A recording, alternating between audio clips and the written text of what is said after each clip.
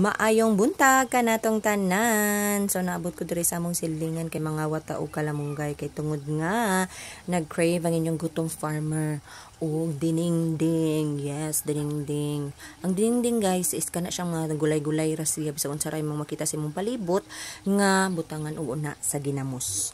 So, proceed ta diri sa to ang alugbati nga tambok kaayo. Sirag itsahan og ihi ni mama. Oh, diba? So, dira ta dapit manguha kay para di ta apila tong iyang ihi.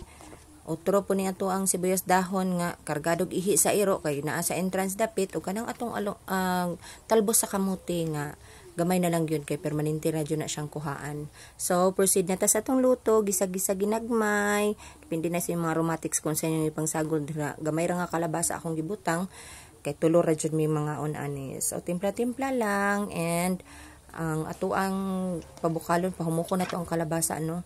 Nana na siya timpla tanan ilunod na tanan ng mga sangkap ninyo. Hasta yung mga silingan ng marites apil og lunod na. Tapos additional timpla ka ng baby shrimp sa tawag anak kalkag. And then syempre dili mawala ang ato ang bulad madahan.